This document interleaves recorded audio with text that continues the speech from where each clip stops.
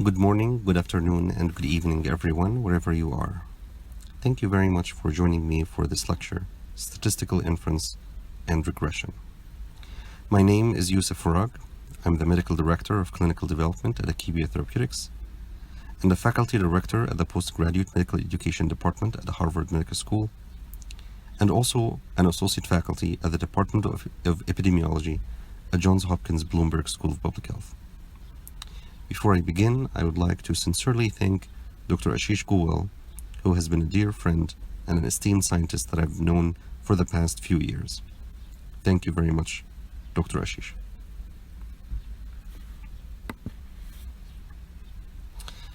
A disclaimer before I begin: I'm an employee of a drug development company that develops novel therapies for anemia of chronic kidney disease. I did not receive any compensation for this talk, and none of my work is to be declared relevant to this talk. Let's talk about regression.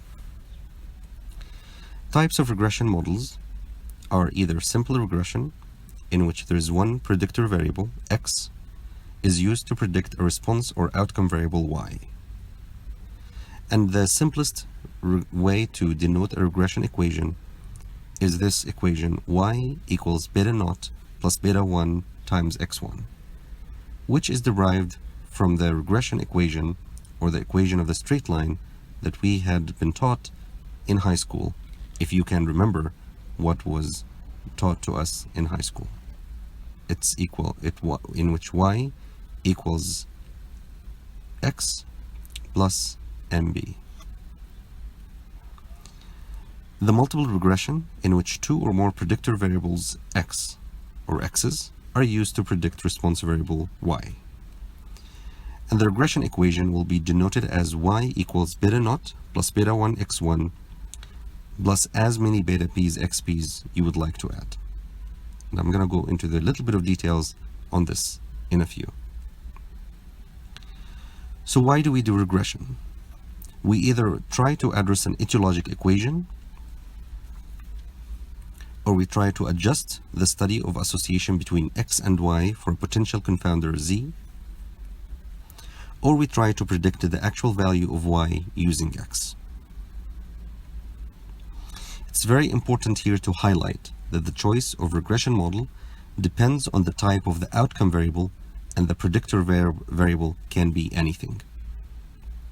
You're going to see this slide over and over again just to keep emphasizing that the choice of the regression model depends on the type of the outcome variable, not the predictor variable. The predictor variable can be anything. So defining or classifying the regression model according to the type of the outcome variable: if we have a continuous outcome variable, we use linear regression. If we have a binary outcome variable, we can use the logistic regression or the log binomial regression. If we have a count outcome variable, we use the Poisson regression. And if we have time to event outcome, we use the Cox proportional hazards regression model. Again, I'm warning you that the choice of the regression model depends on the type of the outcome variable. For the sake of this presentation, I'm going to touch in a little bit of detail about linear regression and logistic regression, and very lightly on log binomial and Poisson regression. The scope of this talk is beyond talking in details about log binomial, Poisson regression, or the Cox regression model. So how about simple linear regression model? Simple linear regression model can be noted in the following equation: the expected value of y, which is the value of the outcome variable, equal beta naught plus beta 1 x1. So this is the math equation. How about the English translation of this math equation? The y is the response variable, beta naught is the intercept, beta 1 is the regression coefficient for the variable x1, and x1 is the predictor variable. The goal is to calculate the expected or average value of y using the values of x's that we have in the dataset. The interpretation of the beta, or any coefficient, any regression coefficient in any regression equation, is the most important piece in building a regression model. So here, beta 1 is the change in y per 1 unit change in x. In the multiple linear regression model, we try to calculate the expected value of y using multiple x's. So y equal beta naught plus beta 1 x1 plus as many beta p's xp's you would like to add. Y is the response variable, beta naught is still the intercept, beta 1 is the regression coefficient or the slope for x1, and x1 is the predictor variable. And the goal here is to calculate the expected or average y using the values of all the x's that you have. And the interpretation of beta 1, it is the change in y per 1 unit change in x after adjusting for or controlling for or taking into account all other x's.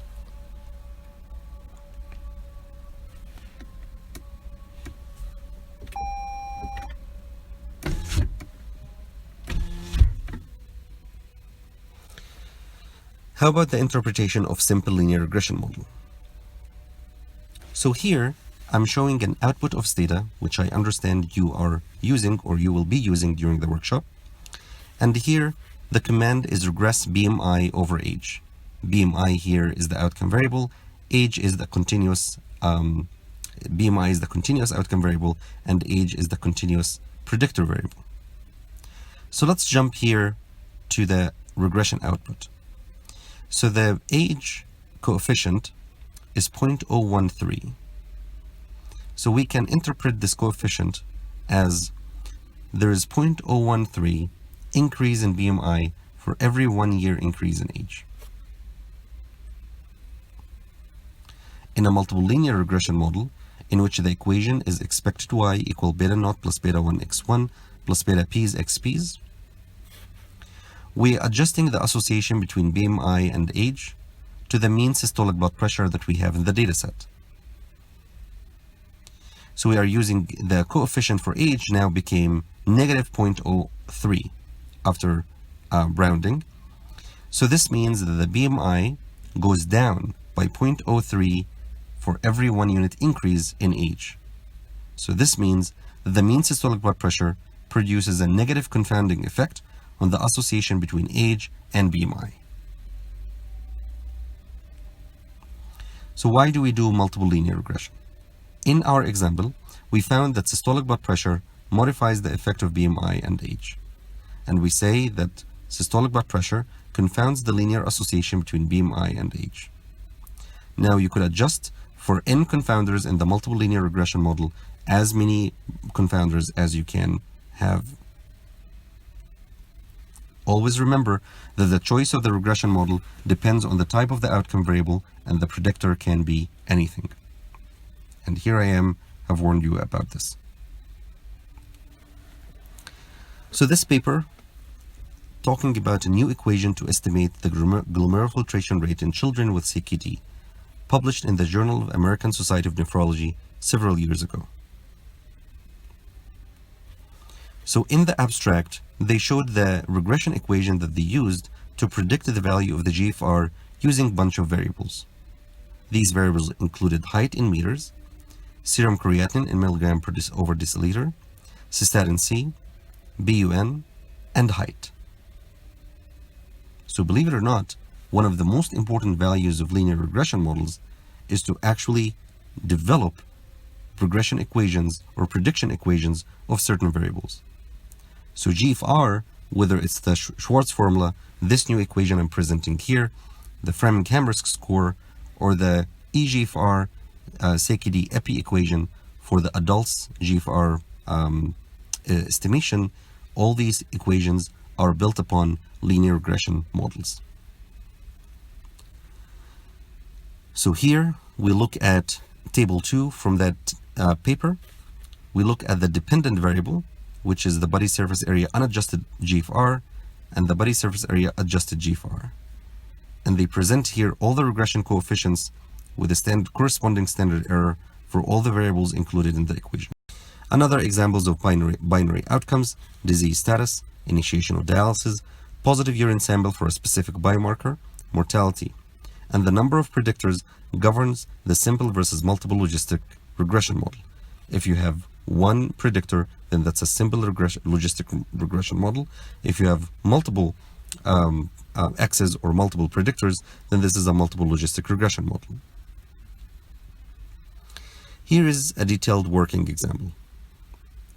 Logistic, CKD, gender. So here I'm trying to predict whether the person has a CKD or not using gender, yes, or male or female. Male equal 1, female equal 0.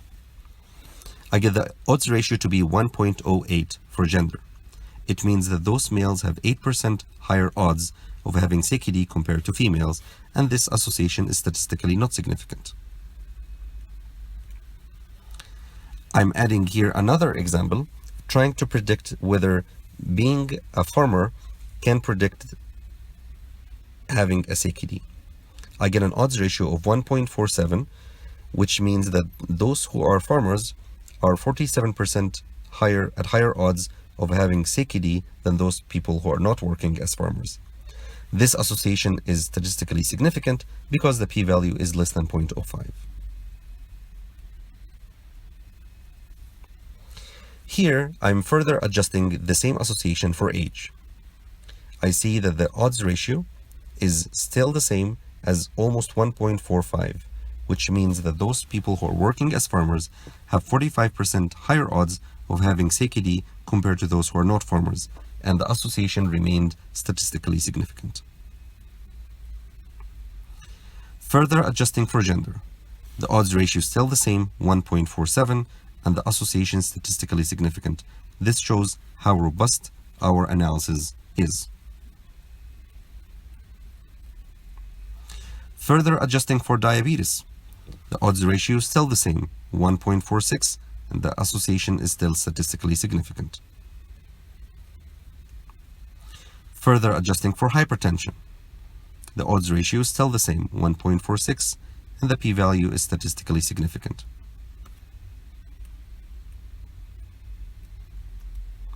So here, I would like to conclude from this logistic regression model that after adjusting for potential confounders, including age, gender, diabetes, and hypertension, those who are working as farmers has almost 50% higher odds of having CKD compared to those who are not working as farmers. Thank you very much, and this is the end of my talk. Again, thank you very much, Dr. Ashish, and goodbye.